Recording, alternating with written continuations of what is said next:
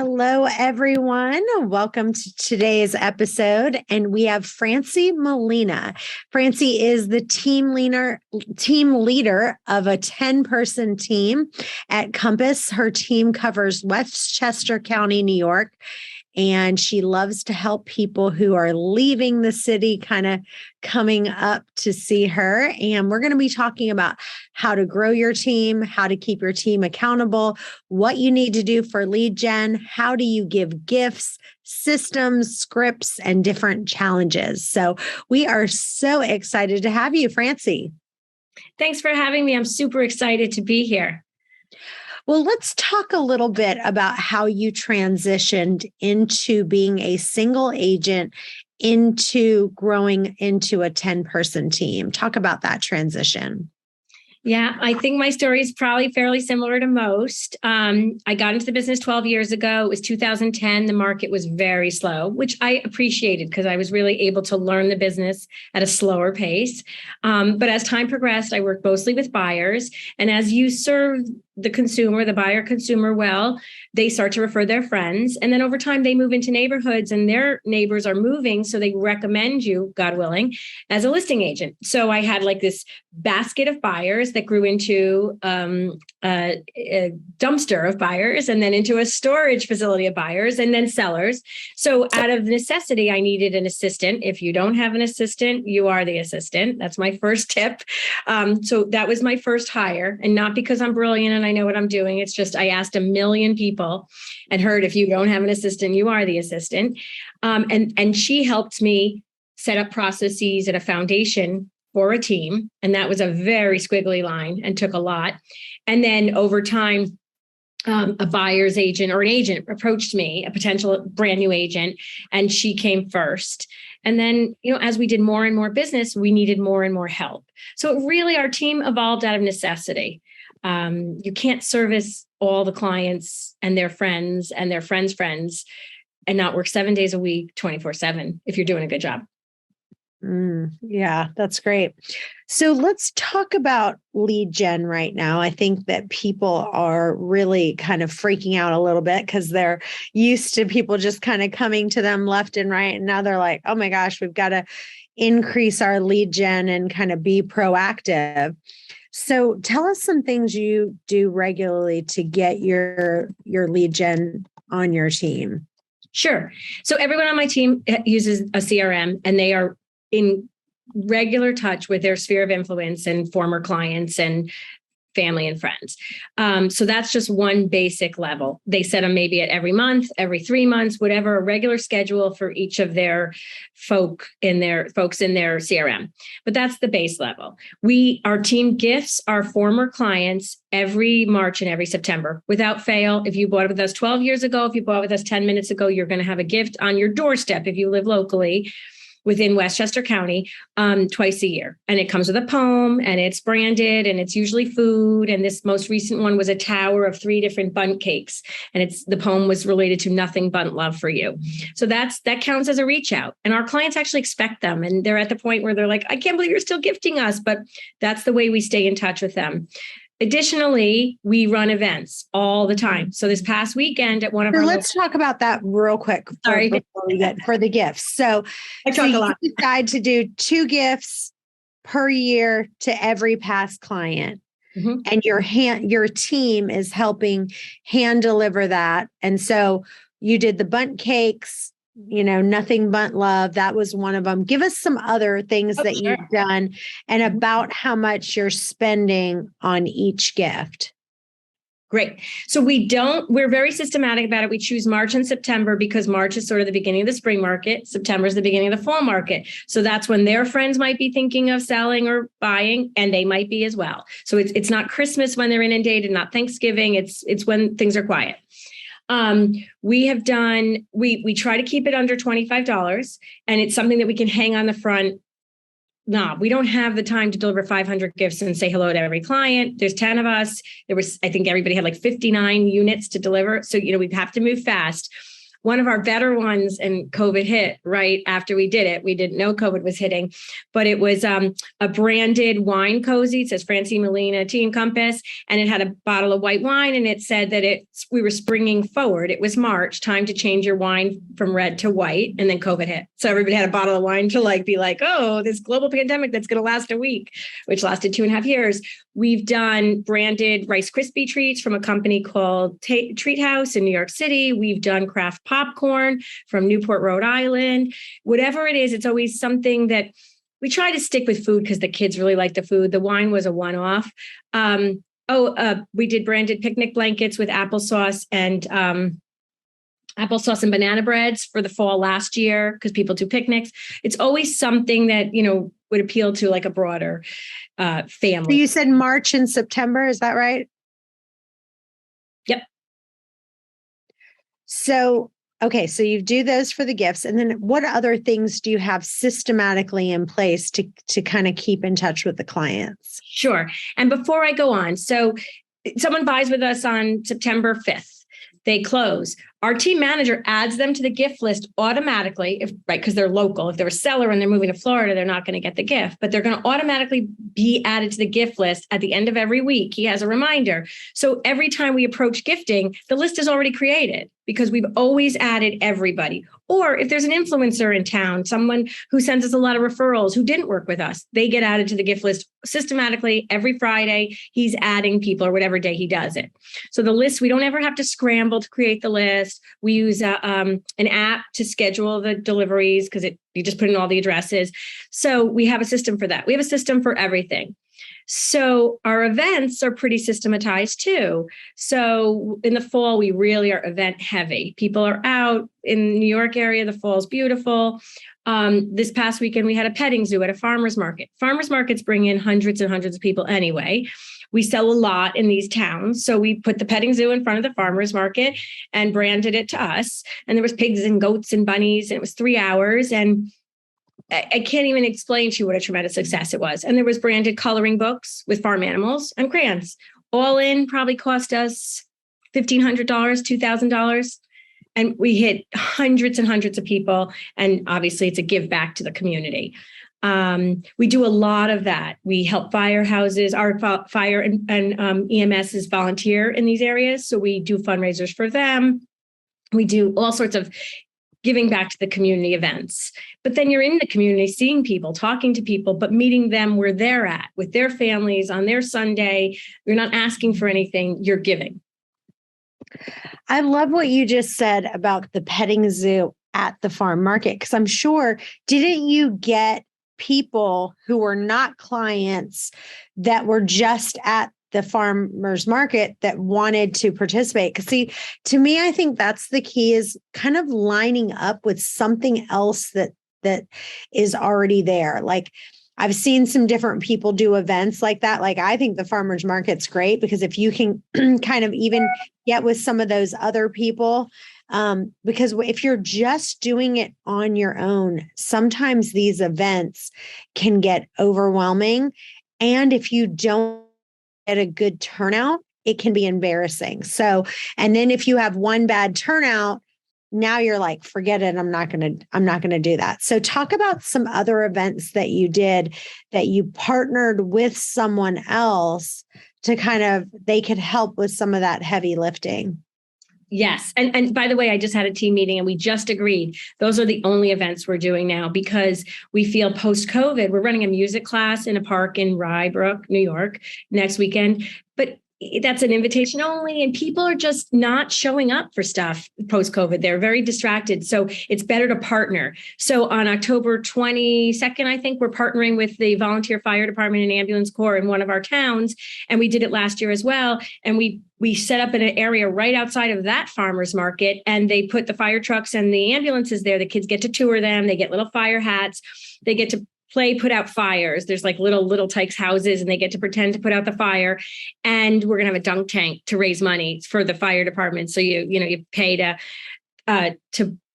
throw a ball, but we're partnering with them. Last year, we easily had 1,000 people because you've got a farmer's market going on. You've got fire and ambulance corps mailing list, and they're really, and we need them. So people want to support them. So people come out in large numbers. So we're giving back, and we're just standing in behind the scenes and giving out donuts and cookies and coffee. And, it's branded to us, but it's really about them.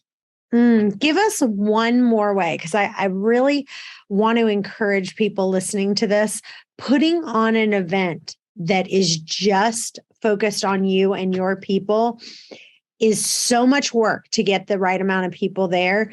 If you can combine with what she's saying and get other people involved, give us another event that was a huge success that you did, that you got multiple people involved, you got them inviting. So instead of you just inviting your sphere or your past clients, let's say you've only been in the business 3 years and you don't have a ton of people to invite. And at best, what are you noticing? 10% of the people show? I mean, really, it's not that much of people that are going to show. So you've got to have a huge, massive list in order to get a good turnout, unless you really dive in and go, we're going to partner with a whole bunch of other people.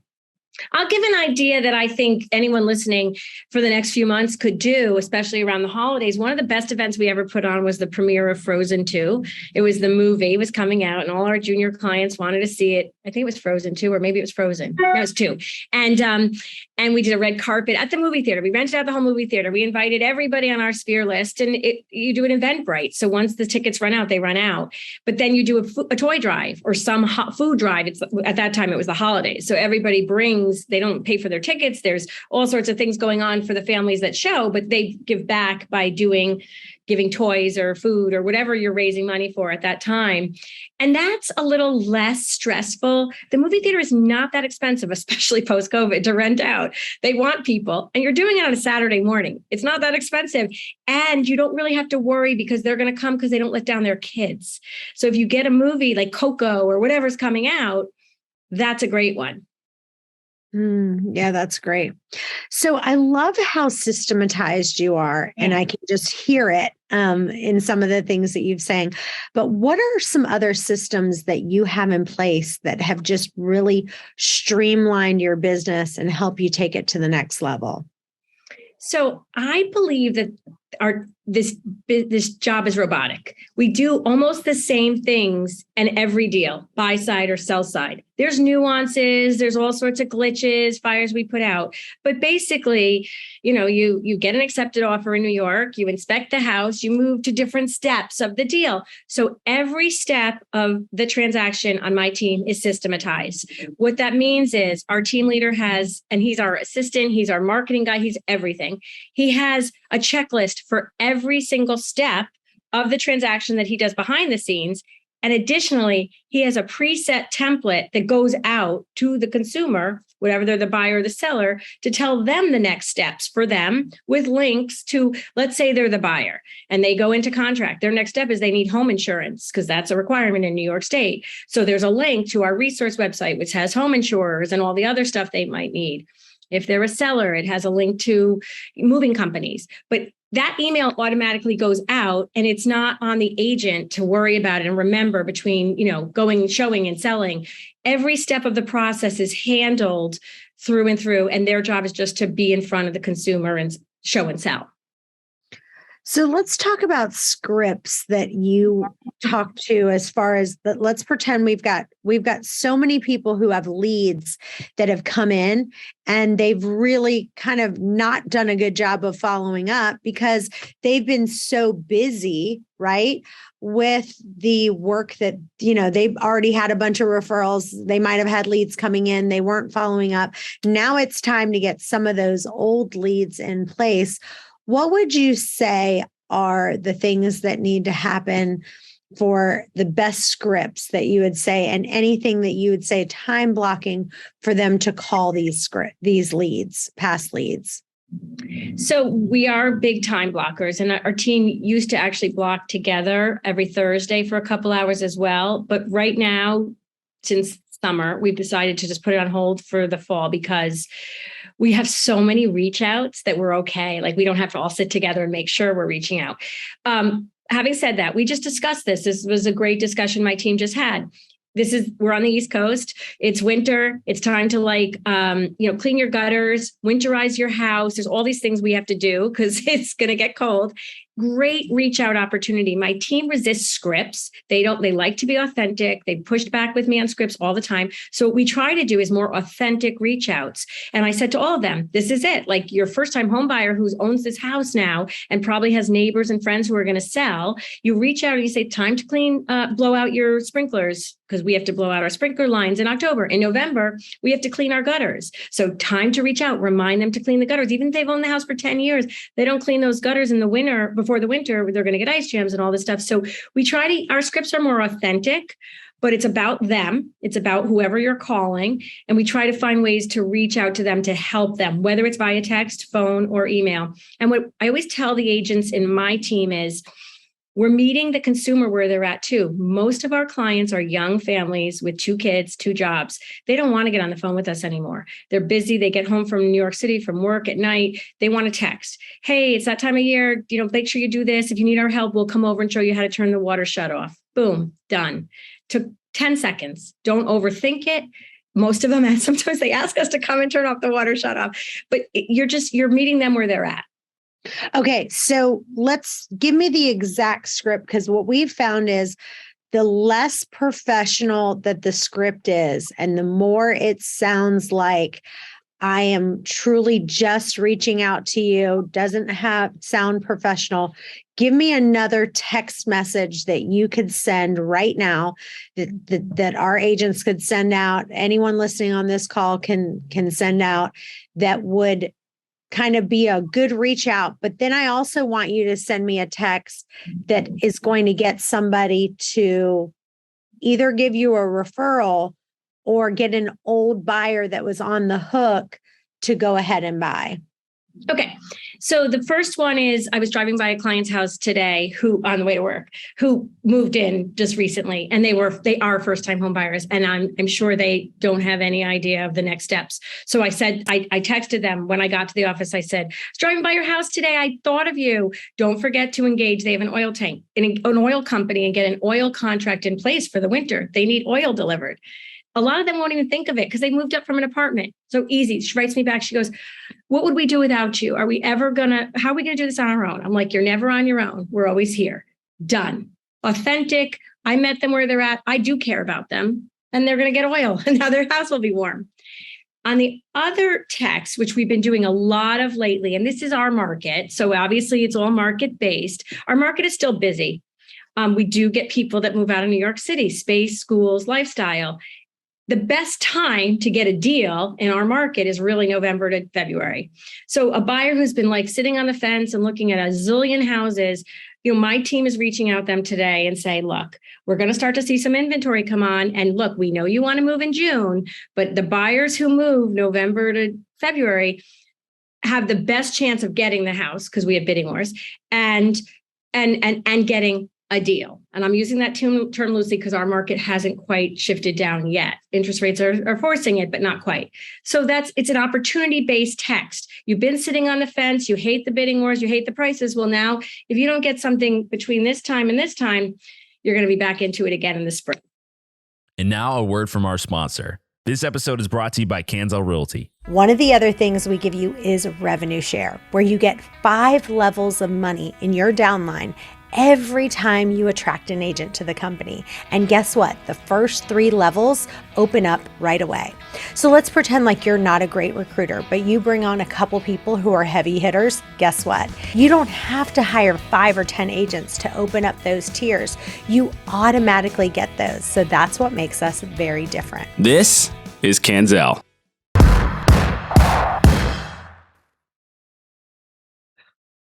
So what would you say as an objection handler for you? We're hearing a lot of people saying, you know what, I'm just going to wait until the interest rates go down. How would you handle that objection? Yeah, we do a lot of focusing on, remember, our clients are mostly moving out of apartments. and they're living a different lifestyle. We're in the city. We focus on, we sell shelter, we sell lifestyle, safety, space. I'm selling you a roof over your head where you're going to make memories with your family, your partner, yourself, your dog. If you want to postpone that, if you're choosing to delay that a few years, great.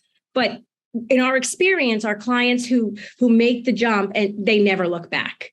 And as they start to focus on that, it gets a little easier. Remember, New York City it's a little different. So they can't have a car, they don't have laundry. I mean, it's a tough lifestyle, especially if their families are growing. You come up here, you're in a grocery store, the aisles are wide, you can push your stroller, you have your car. It's a little easier. So we really focus on, we're selling shelter, and it's not about, this is not an investment. This is a home, that comes with schools and safety and space.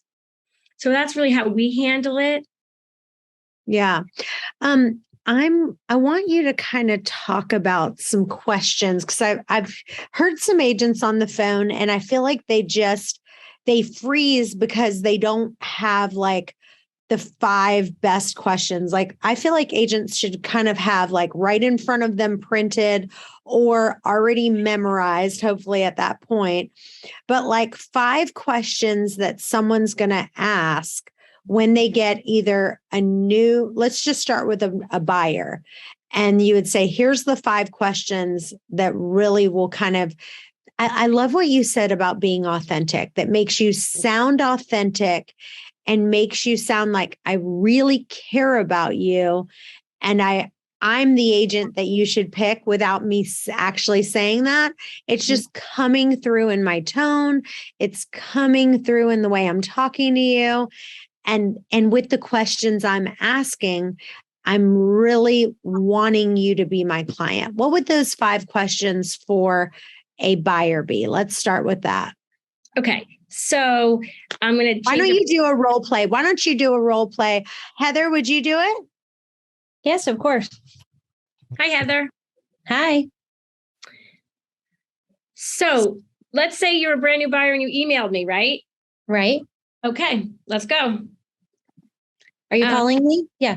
So I'm going to write back to you immediately, and I'm going to say, we love to do an intake call with all our new clients. And I got one this morning, first-time home buyers. I said, we're experts at first-time home buyers. We love discovery calls or a call to get to know you better, anything to take the pressure off.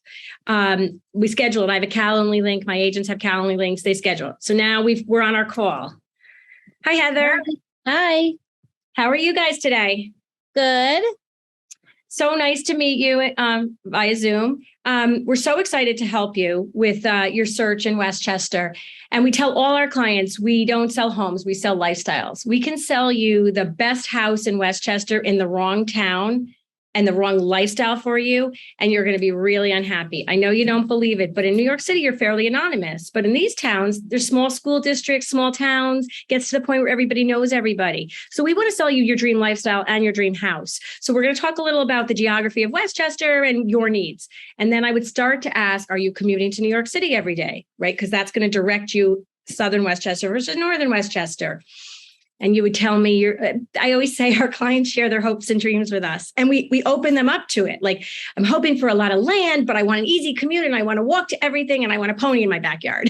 And we go through that whole thing and we kind of funnel them down and say, okay, you can have a pony in your backyard in Northern Westchester, but your commute's going to be an hour. Whereas in Southern Westchester, it's going to be 30 minutes. But we work through that whole lifestyle component for about the first 15 minutes.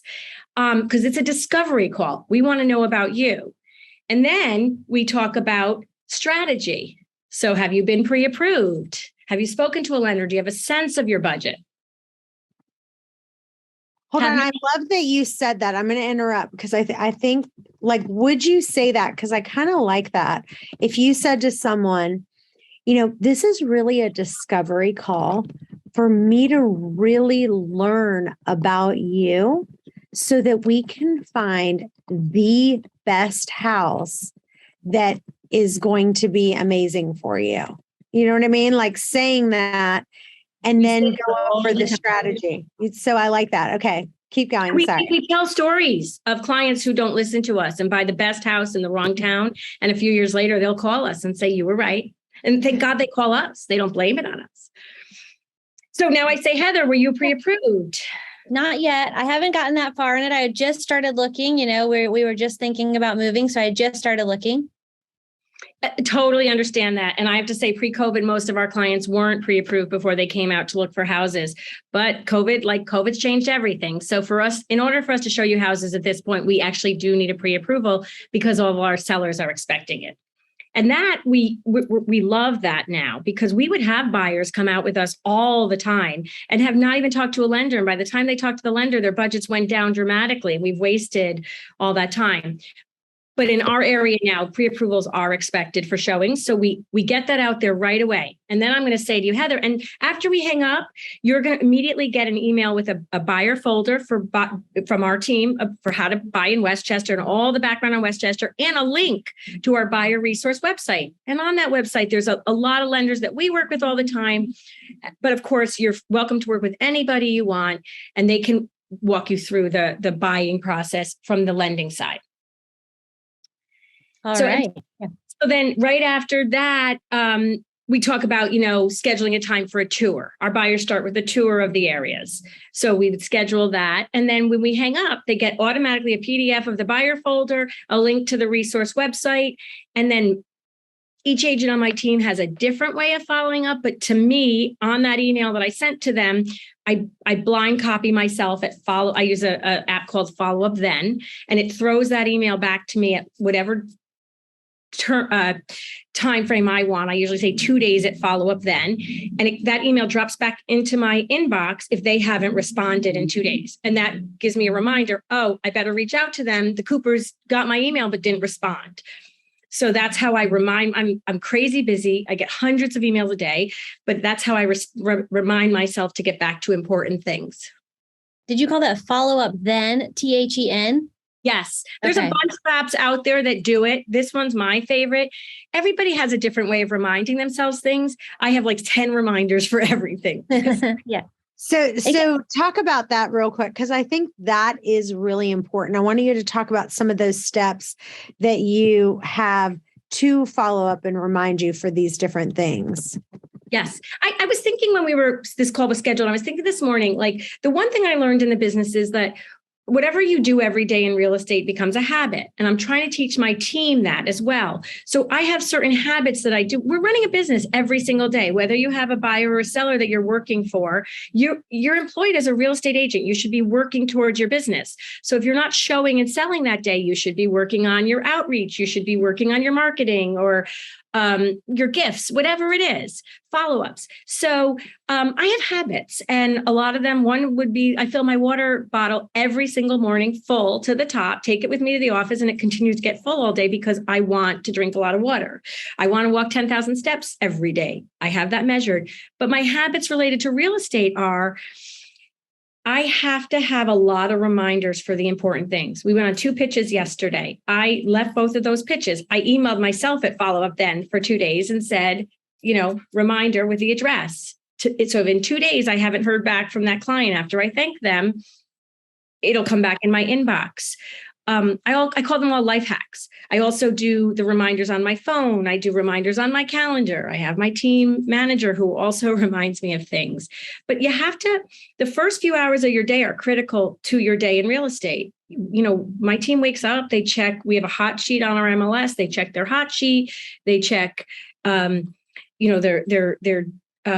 follow-ups from an inspection, whatever it is, they're dealing with that. They're eating the frog in the morning. Get the kids off to school and focus on it instead of getting into your day. And at 3:00, you're following up with the agent on the deal. You probably lost the deal because you didn't follow up sooner. So talk about followupthen.com real quick. I put it in the chat, but I think this is brilliant. The way they have, tomorrow at followupthen.com. Explain how that works. Because to me, I think this program is genius. Can you talk about how you use it in the real estate space? So I zero out my inbox every day. So if something isn't dealt with, it's marked as unread until right the end of the day. So the way I use follow-up then is like, if I walk out of here to go get lunch at the diner and I run into a former client and she'll say to me, oh my God, my neighbor on Villard, she's going to sell and I gave her your name. I'm going to walk into the diner and I'm going to email myself at follow-up then. I'll say 4 p.m. at follow-up then. Reach out again to that client to make sure she's connected me with that neighbor. And at 4 p.m., that email is going to be in my inbox. I'm someone who zeroes out my inbox every day. So by midnight, I will know that I've dealt with that. It's not on a to-do list here. It's not on on a Post-it note in my car. It's in my email inbox, which is the thing I am committed to zeroing out. So that is one of my best nuggets in real estate is follow up then. But that's because I do respond to my emails, whereas I have colleagues who have thousands and thousands of emails that they never look at. So another of my favorite real estate reminders is this thing called the Remarkable 2. And it's really like 1,000 notebooks in one. That is my Bible. Every single listing pitch I go on, I do it by the address. I take notes in that. It's stored in a file in it. Every single new client I meet with, while I'm going to put it in my CRM, when I'm sitting taking notes with them, it's there and it's by their last name. Every single to-do list, I map my week on Sunday night. It's in there. This is the only piece of paper I bring anywhere. It comes with a stylus and it's my life because real estate agents were always on the go and opportunities are always jumping in front of us, but it's hard to take a breath and write it down so you deal with it later. So between the Remarkable and follow up then, those are my hacks. I make sure if I've written it in there or I've emailed it to myself. Oh man, I love that. And it's funny because I had a friend of mine tell me about this Remarkable 2. And they were like, oh my God, this is life-changing. You have to get it. The best thing ever. And then I went on Amazon because I just like to buy everything on Amazon because it's quick, right? It's like two clicks. Well, I guess they didn't have Remarkable 2 on there. And it said, just like Remarkable 2, blah, blah, blah. And I was like, all right, I'll just try it. And I bought it and I didn't like it. And they were like, well, Chantel, I told you to buy Remarkable 2. You decided to do this knockoff version and that didn't work. So I'm going to have to go ahead and buy that Remarkable 2. I love that. So talk about time blocking your day. I want you to kind of talk about it as an agent. If you were a single agent back then of really like, here's my processes that I'm going to do, and then do it as a team leader. Sure. My best friend, thankfully, in the entire world, and during COVID, her other career ended, and she joined a team in New York City. And I was working with her on her time blocking. And one of the best things we came up with is, in order to really time block and stick with it, we decided that she was never going to show an apartment before 11 a.m. So that meant that from 9 to 11, her daughter's now in college, but was already at school. She would sit down for 2 hours and she would go through her sphere. She would deal with her deals that she has to deal with, etc. But 1 hour of that is going through your sphere of influence that you've created, however you have in your CRM or whatever, and doing the reach outs or follow-ups from, someone closes. We have a system in place on our team. You close a week later, of course, we're going to reach out. And a month later, of course, we're going to reach out to check in on you. So doing those. So when she decided I'll never do a showing before 11, that opened up a whole 2-hour period where I noticed most agents, their schedule is very frenetic. Oh, someone wants to see something at 10, you go show it at 10. Someone wants to see something at 6 p.m., you show it at 6 p.m. But if you just time block a certain period and say, I'm never showing during that period, I'm going to use that to work on my business. Easy. So that's sort of how we work. We try, everyone on the team has different situation because they have young kids and whatnot, but you try and find your period of the day where you can focus on your business. And it works. I get so much done in an hour that brings in so many leads to the team. It's so worth it. So as an agent, I also did that. And as a team leader, I'm trying to get out of production. I'm definitely mostly out of production on the buy side and sharing most of my listings with someone on the team because that enables me to go rainmake, go around the country, present, go to conferences, meet with other referral agents, reach out to clients, host events. So I spend about 2 hours a day time blocking reach outs to referral agents, former clients, vendors, but I have a little more flexibility. My kids are grown, so I'm very disciplined, clearly. So I get it done. I don't have to time block at the same 2 hours every day. I love that. Well, this has been amazing. Tell listeners where they can find you, where they can follow you. Oh, love that. So we're franciemalina.com, FrancieMalina.com, or on Instagram at Francie Malina Real Estate. And by the way, I always pick up my phone. I'm always happy to help. So don't be shy. I love that. I love that. And your authenticity and your genuineness and just your love just shines through just via Zoom and via phone. So I love that. Well, you guys stay tuned. We've got another episode coming up in just a few. Bye-bye for now. Thank you for listening. If you enjoyed this episode, please subscribe, leave a rating and a review so we can get this out to more agents. And tune in next week for another power-packed episode. This is the Millionaire Real Estate Podcast.